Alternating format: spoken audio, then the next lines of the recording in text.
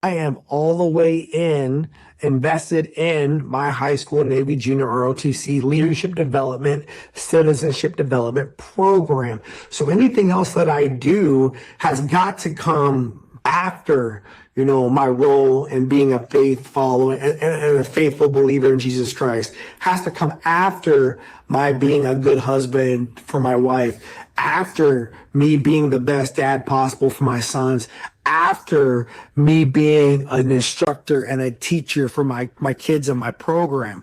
So anything else I do has got to come after all those things. So I had to realize that there's just not the bandwidth for possibly fully investing in this business thing. But I had put money into all these little networking groups to get my name out there. That was 2025. 2026, I think I'm going to reel those back. I'm going to let those organizations go. Not because they're not valuable for people. They are for other people. Just for me and for my team, that's probably not where we need to invest our money.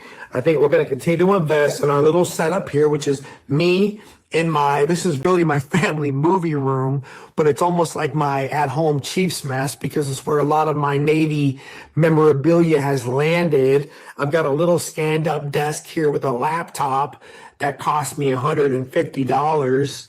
And I've got my iPhone that I'm using to record. And then I got a microphone for Christmas that I'm using to hopefully help my voice sound better than maybe it was before. And this is what I'm going to do. And we'll see where this goes. Right. And so these were lessons that I learned from 2025. And so it wasn't all perfect. Right. And that's okay because I got blood in the game, right? I am not afraid to get out there and to try something out, and we'll see how it goes. Very, very proud of what we've done. Very, very proud of where we're going. And I'm super, super excited to see what 2026 is going to bring. But yeah, there was some tough times.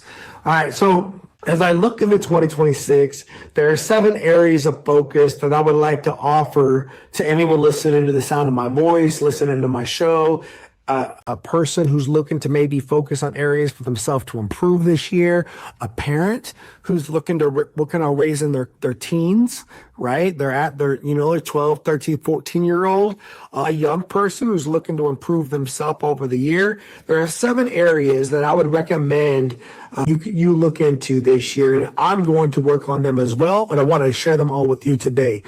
The number one is going to be, remember, parents, remember leaders, remember big brothers, big sisters. The way you handle stress is going to directly affect your people on your team or your family. So if I'm a parent who's got a 14-year-old or a 15-year-old, and if I want them to handle stress better or healthy, I've got to look at how am I modeling stress management? What am I doing as a human being day for day to handle stress? And when I think about my sons and how they're going to handle stress going out into the world, I've got to remember the example I set for them will always matter more than the words that I say.